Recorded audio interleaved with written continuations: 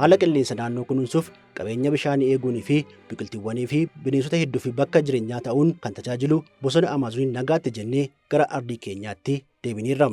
Gara Afrikaatti wayita deebinu biyya baha Afrikaa Taanzaaniyaa arganna. Achittis addunyaarraa haala damoo isaaniitiin baay'ee kan dinqisiifaman akkasumas haala nyaataa hin baratamne kan qaban gosa ajaa'ibaa hadizaabeetu jira. Biyya keenya Itoophiyaa kaanee imala yoo jalqabne kiiloomeetirawwan 1825 erga qaxxaamurreen booda Taanzaaniyaa ni seenna.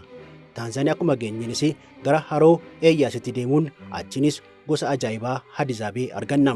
Hadizaabeewwan waggoottan 50 olii fi haala jireenya wal fakkaataa amma jiraachaa akka jiran ni himama. Kutaa addunyaa alaa waliin yeroo jalqabaatiif kan wal baran waggoottan 150 durattidha.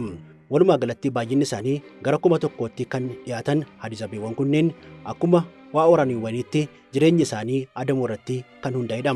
Keessumaayyuu foon daljeessaa foon bineensaa addunyaa kanarratti argaman caalaa baay'ee kan jaallatanidha.